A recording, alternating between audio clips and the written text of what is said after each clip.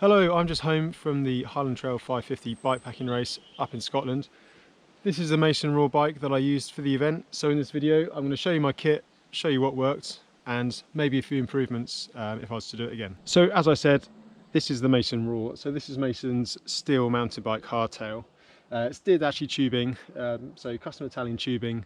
This one is actually welded in Scotland at Five Land Bikes. So the Highland Trail 550 is kind of its home race. This was actually the original sample. I used it in 2021 when I last did the race. You may remember it was like a mustardy yellow that time, but it's had a respray with a new green colour for this event. So it kind of looks like a new bike, which is nice. Bike is 120mm travel at the front. So as you can see, I've got the Shox SID Ultimate fork in there. I was running a Shimano XT Groupset, pretty much complete. So I've run a 34 tooth chainring at the front. I'd just like a bit more gear to lean into. I'm not so keen on the smaller twiddly gears, and especially when it's lined up with the 1052, was it 51? I can't remember, but it's got a whopping dinner plate on the back. And to be honest, on the Highland Trail, if you run out of those gears, you're pretty much walking anyway, so I don't think it makes much difference. You can also see Mason have their nifty little 3D printed chain stay protector on there. Just stops chain flap. I mean, the bike was silent when I was smashing down these massive rocky descents. So yeah, no complaints there at all. A little addition I've got on my cranks are these little silicone crank end protectors, and you can see they're pretty battered up from hitting all the rocks, mainly on hiker bikes, but also you know, sometimes you just catch one pedaling. They were like £2 or £3 off Amazon. They don't fit perfectly, but they definitely save the cranks getting really scuffed up. So I would definitely 100% recommend that for, you know, if you're going to do the Highland Trail yourself, especially if you've got carbon cranks. Now onto the wheels. These are actually Hunt's brand new proven XC race carbon wheel set. So these got a really wide 30mm internal rim width, and I mean they were faultless. They just worked, so I can't really complain about those at all. I ran a Rimpact tyre insert in the rear. The Highland Trail is characterised by like quite rocky trails. A lot of them are hiking trails, so there's big kind of like drainage gutters, and when you're tired, it's easy just to crack an edge. And I did a few times in the last couple of days, and that Rimpact without doubt saved me. No punctures whatsoever, and I'm sure the Rimpact you know, has something to do with that. Tyre wise, I'm actually sponsored by Renes, but they don't make mountain bike tyres. So for this event I used Hutchinson. So I've got a Kraken 2.3 on the rear. This is with their hard skin protection. You can probably see it's quite scuffed up, but again, I had no punctures whatsoever. I think I might have topped up the rear tyre with air at some point, just because I probably burped it on something, but nothing major. Up front, I'm running the 2.35 Taipan. I decided to go for a tyre with a little bit more grip on it, mainly because, I mean, it was a really dry edition, but it still can be quite wet, and I just decided I'd rather have the security of the grippier front tyre for when I'm a bit tired. In hindsight, I might have got away with the Kraken, but to be honest, I didn't lose my time on the riding sections. I lost my time on the hiker bike sections, and neither tyres on the ground then, so it doesn't make much difference in the grand scheme of things. So the brakes, again, Shimano XT, 180 fronts are up front, 160 in the rear. These are centre lock on the proven XC wheels, and I also ran Shimano's sintered brake pads. The Highland Trail can be absolutely savage on brake pads. For this edition, like I said, it was fairly dry, but you can see from the bike there's still plenty of surface water, plenty of bogs. I had wet feet a lot of the time, and you know, I didn't run through the pads, so sintered is the way forward for this event. I also ran a little mudguard on the back here. So you may notice I've got no kind of saddle pack, and the reason for that is, yeah, you're getting on and off the bike a hell of a lot, and when I've run a saddle pack before, I just found it's just means you need to sort of swing your leg a little bit higher up, a little bit further, and over time you're probably getting on and off your bike nigh on 100 times. It just makes your leg hurt a little bit more. I also prefer having the weight sort of inside the frame and sort of in control of the bars on the technical trails. I find sometimes when the weight's up high, it can make the bike a little bit sort of slower to handle. However, the benefit of having a pack is it stops mud flying up, and so my compromise was to run one of these Rapid Racer Pro Guard Mudguards. It kept the worst of it off. It's not perfect, you could definitely run it a longer one, but again, I didn't want to catch stuff and I didn't want it rattling around, and it didn't. It also kept my dropper post nice and clean. I've had problems before where the droppers just basically got full of grit and stopped working, and then essentially you're carrying around the weight of the dropper post for no additional benefit. So by having the mudguard on there, that just made sure the dropper continued to work throughout the event. So the dropper is a PNW one. These are just standard on the Mason Raw. Does the job, worked fine. So yeah, no complaints. And you can see I've also got the exposure blaze rear light on there. To be honest, there's not an awful lot of need for a rear light on the Highland Trail, but you will be on a couple of road sections in the night, so you just kind of need to have one anyway.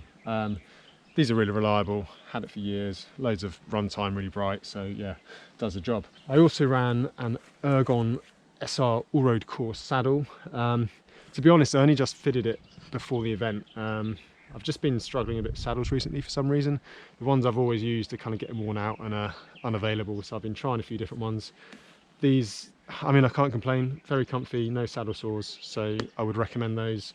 It's got like a bit of a kind of funny foamy insert inside it, so it's quite soft, and I like the flat and wide saddle shape, so yeah, worked really well for me. On to the bars and cockpit. So I use these nice wide 760mm, they're Mount Zoom carbon bars, fairly lightweight, but do the job, and a Ritchey trail stem. Grips, I went for the Ergon, I think the GXR grips. They were okay. To be honest, I should have gone for something a little bit more ergo. I did get slightly numb fingers at times, but to be honest, I wasn't the only one, so I think it would have happened regardless. Yeah, I mean, for general day-to-day riding, they're excellent. I'll carry on using them, but for these more extreme use cases, I'd probably go for a bit more. I also did a bit of customizing, so I got the Redshift do like some ergo add-on grips for gravel bars, and I took the top part of those and I cut them down so I could fit them internally to my brake levers. That gave me an extra hand position, so I can kind of move my arms around a bit, B, I could sort of lean on them like kind of aero bars when needed, because there are a couple of quite long fast flat sections, and yeah, they worked really well. So gadget wise, I ran a Wahoo Roam V1, just bought it recently. It was relatively cheap, did the job, charged it maybe 4 times, so kind of once a day, so really no complaints. And I paired that up with a MaxxHit for seeing in the dark. See my spot trackers just cable tied on the front there, and my trusty Casio watch for waking me up when I'm bivvying. So as I previously alluded to, I wasn't running a rear pack to try and keep the weight kind of central to the bike. There's a lot of technical trails on the Highland Trail, a lot of hiker bike, so it's easier if the weight's kind of in the middle. It's just easier to control everything. So I was actually, so I use this kind of almost full frame bag. I did have space here for a bottle, so I was running I had quite a lot of energy powder and stuff, so I wanted a separate bottle to mix it up. I also have a little Camelback hydration vest, which I use just for water, and the pockets were useful for extra food. So yeah, I use this custom Tailfin RnD division frame pack. I used the new 1.5 litre flip top tube pack, which I must say I was very impressed with. I've been a bit resistant to the flip top bags, but I thought I'd give it a go, and it was so easy to use. It didn't fly open once. It was easy to close again once you got stuff out of it. There's more space in there because you're not trying to fight the folds of the zip. So I would thoroughly recommend those production Tailfin bags in the flip top. I also ran a prototype front bar bag. Can't give you too much in terms of details on that at the moment, because it is so new, but let's just say there's some very good stuff coming from Tailfin. Right, I know this is the bit everyone's waiting for. What is actually in my bags? So I'll start with the frame bag. Just bear in mind that this was much neater when I started the event. I've basically just taken my bike after finishing, and everything just gets jumbled up, especially on the last day when you don't really bother packing properly. So yeah, I'll show you what's in here. I'm not going to go into too much detail on my clothing, I'll do a separate video on that. But yeah, this is generally what I've got. So in the main compartment, I started with a lot of food in here, so I'm going to also do a separate video on what I ate during the Highland Trail 550. So basically I had 2 packs containing essentially 750 grams of carbohydrates. So to start the race, they took up quite a lot of space in here. So I was overpacked in other areas like the front roll. But my plan was I'd eat my way through that and then I'd have more space in here, which is kind of the case. So in here I've got my this is actually custom ultra lightweight insulated jacket from Albion. Again, I'll go into further details in a separate video, so keep an eye out for that. I've got a Albion Merino neck warmer. Got a Hunt cycling cap, which I wore quite a lot at night. Then I've got full leg warmers. These are, I think, the DHB ones. I'm quite particular with legs and arm warmers because I've got quite long, skinny arms, so not everything fits. I've got a lightweight gilet from Albion, just to keep the wind off, and some arm warmers. Again, I think these are Assos ones. I don't know, I've had them for years, they're pretty worn out, I need to replace them, but I don't want to buy any. Got my Descent 133 rain gloves. Thankfully I didn't need them for rain. I use them a couple of times though to keep my hands warm at night. They work quite well over like a lightweight XC glove. So the 2 layers kind of keep the heat together quite well, and also in the rain they do keep you fairly dry. I also have, there was something else in that when I started. I think it was my down jacket, but like I said, I got lazy towards the end when I knew everything was going to be okay.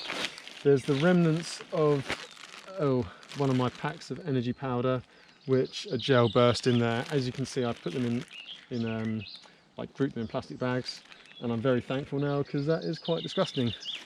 And that is almost it. Oh, I found a sausage roll as well. Maybe that's past its best now. Used by 1st of June, yeah, 2 days overdue. But yeah, sausage rolls were a bit of a staple at times. They were a nice, you know, a nice sort of balance to the sweet stuff I was eating otherwise. So yeah, that is pretty much it for the main compartment. Onto the lower compartment. So this is where I kept my tools and spares. Again, there tend to be slightly heavier items, so getting them as low as possible, you know, makes the handling slightly better. So in here I've got a Crank Brothers little mini pump here. It's kind of got like a high pressure and a low pressure, like a high volume and a low volume, high pressure kind of option on it. Got some insulation tape and duct tape around there. It's nice and compact, works fairly well, and you know, I can just stick it in there and it's kind of out of the way. I've got my tool set, which is kind of in one of these handy dry bags, which doesn't keep it dry anymore because it's been used so much. I'll run you through that in a second. Got a handy little Albion folding backpack. These are really useful when you go into a shop. You don't need to carry a bag just to take stuff out. So what I do is I go around the shop, load the bag up, empty it on the till, put it back in, and then you can either chuck it on your back and ride off, or decant it into the various pockets once you come out the shop. So yeah, I'd recommend everyone takes one of those pretty much on any bike ride. They fold up so small that you're not going to notice it in a jersey pocket, and they'll sort of sneak into any nook or cranny in your bike bag. I also had spare gear cable, didn't use it. Gears were actually spot on. I didn't even put a new cable in it before I started the race, and they still shift absolutely perfectly. That's testament to Shimano XT quality, and also on the Mason it's a full length outer cable, so it just keeps things nice and protected. I also chucked in a couple of rubber straps, so I've got a Tailfin one and a Wild strap. They're just useful to have if you need to attach things to your bike, men's stuff. These things are just, you know, worth their weight in gold, so I just leave those in there just in case, because stuff happens. There's my little chain cleaning rag, cleaned the chain a few times, and then I've got 2 inner tubes in there which are also quite sticky. It looks like the energy gel has seeped through onto my spare tubes, which I put in a separate bag. There's two reasons for that. One is, well, it's not covered in crap and energy gel, but two, if things are moving around inside the bag, then you're not going to make a hole in your inner tube. I'm not going to take the other one out because that is disgusting and I don't really want sticky fingers the rest of the day. But yeah, that's what's in the frame bag.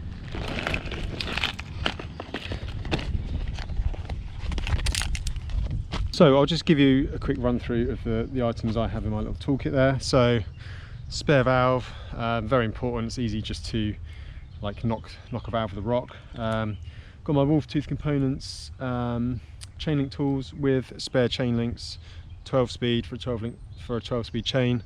Don't forget to change them if you start running 11 speed. Got my chain tool. I tend to prefer a proper one rather than like a multi-tool one, because sometimes the links can get stiff and it's just easier with one of those. Got pen life.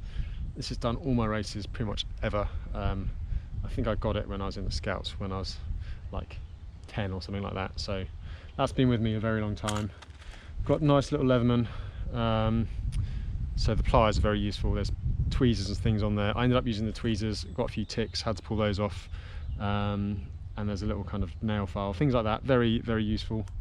Spare brake pads, three pairs of brake pads sintered, spare hanger. I've got a patch kit, some floss and a needle for sewing stuff up, i.e. tyres, little pack of spare bolts. There's lots of hiker bikes in the Highland Trail, and so I've got a spare cleat and bolts. It's easy to kick one off, like a cleat off, or lose a bolt, and if you do, it makes life very difficult and can cause problems. And then I've got a little pot, and in here there's just patches like spare spoke nipples, just all sorts of little odds and sods, a few bolts, things like that. On to the top tube pack. Now in here I had items that I kind of wanted to get relatively easy during the ride, quick access things, including this GoPro, which obviously isn't there at the moment. So in here I've got my helmet light, exposure joystick, so I could just clip that on into the mount on my head nice and easily. I had my antiseptic stuff. This is Dermol. I just use it a little bit in the old saddle area or anywhere that could sort of get a bit minging. It's kind of like a microbial barrier. It's kind of preventative more than a cure for, well, you can imagine. I've got a little multi-tool.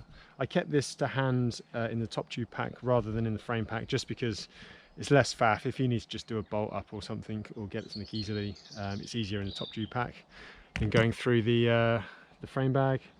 Again, so there's a couple of tools in here like that. So I've got some tyre cement. So if I put a plug in, I always glue it with vulcanizing solution. It just makes for a stronger repair. And I've got my somewhere in here. Here we go. And I've got my dyno plug in there as well. Again, quickly to hand. Like if you're losing air at your tyre, you want to get that plug in as quickly as possible to save you, having to pump it up so much. Also in here is kind of sanitary stuff. So I've got some hand sanitizer. Don't think I actually used it, but if you go to the loo and stuff, or worst case, need to really clean yourself up, that can work. Sunscreen, yes, I was in Scotland, and yes, it was sunny. Even if it's not sunny, especially kind of in the middle of summer, you can really get burnt even under cloud cover. So yeah, just always take sunscreen regardless, really. Headphones, listen to a bit of music, bit of chewing gum, the old mouth fresh. What is that? Oh, just a few little spares. Took my mosquito head net. Mosquitoes and midges are a bit of a problem in Scotland at this time of year. So for, I think it's like 20 grams, I took a mosquito head net. If you basically get mechanical, get stuck, you don't want them totally destroying your face, so you can just chuck that over. Got my spare GPS. It's my original Wahoo Element. Kind of still works, just getting a little bit long in the tooth, but it works well as a backup. Then I've got a plug so I can charge stuff, if everything else fails. I was running on battery packs for this, but I didn't need to do anything in the end. Spare lithium batteries for my tracker, again didn't use those. and some spare dyno plugs. Flip the bike around and show you what I've got in the side pocket on the other side of the frame bag, and this was basically power packs and cables. So I ran 2 of these power packs, Victo MX, or whatever they are, 10,000 milliamps. I don't know, I took 2 of them. They're quite lightweight, didn't cost very much, and they worked. And then I've just got various cables, so phone charger, cable for the GPS, cable for the GoPro, and also to charge the battery packs up again if needed, and some tissues for going to the toilet in emergencies. And finally, I will show you what I've got in my front roll. So as I said, things just got chucked in places towards the end, so I've got a spare pair of very used socks. I took 3 pairs, a couple of them didn't make it back. Although it was very good conditions on the Highland Trail, there was a lot of groundwater in places, and yeah, your feet are just wet all the time, so I would highly recommend taking lots of pairs of socks regardless of conditions. 3 probably wasn't enough, I'd probably take 4 or 5, just so you've got some dry socks. Also took some long fingered gloves, again these just got chucked in there at the end. And then I put food, so I put litter in one of these pockets, again not too much detail here, and then I just put snacks in here, so breakaways and Rockies seem to be order of the day. So yeah, I'm looking forward to getting stuck into those later once I start cleaning the bike up. In the main body of the front roll, I basically had some layers and my sleeping kit. As I said, it's not exactly pristinely packed at the moment, and I'll run you through the kit in my kit video shortly. But I had my rain jacket, so I wanted this easy to get to. Zoa rain shell, hooded jacket, even if it's not raining in the Highlands, it could still rain, so not taking any risks there. I've got a little sleeping pillow, again very roughly shoved in there. Had a dry bag, I think this was my insulated jacket, which I'll show you shortly, that was in there. Got a sausage roll wrapper, and then my bivvy and roll pad and silk liner. So I took a risk with sleeping gear. I saw the forecast, I saw it's going to be relatively warm and dry, decided not to take a sleeping bag. So I've got a Rab, I think it's a survival zone bivvy, and then I've got a Rab silk liner with a good old faithful Thermarest Neo-Air insulated mat. Now I took a risk and it didn't pay off. I was really cold at night, wish I'd taken my sleeping bag. Yeah, I just shivered a lot. There was a couple of nights where I was okay when I was inside, sort of under shelter, under like a barn or something, but yeah, I was cold. I wish I'd taken less food to start with, and taken the sleeping bag. As it was, I opted for more food and not the sleeping bag. Bad idea, don't do it. Finally, in here I have my Albion rain shorts, which are inside out, as I just probably took them off and chucked them in. Again, show you that in the clothing video. But yeah, they were again close to hand. And then I have my custom Albion insulated gilet. So I slept in this. My thinking was this would be warm enough with a silk liner. I was really wrong. I got really cold. So yeah, I should have known better. So yeah, that is everything in the bar roll. So that was the bike I used for the Highland Trail 550. Thanks for watching. Hope you liked the video. Don't forget to like, give us a comment. If you've got any questions, put them down below. And yeah, check out my kit video, which will be up soon.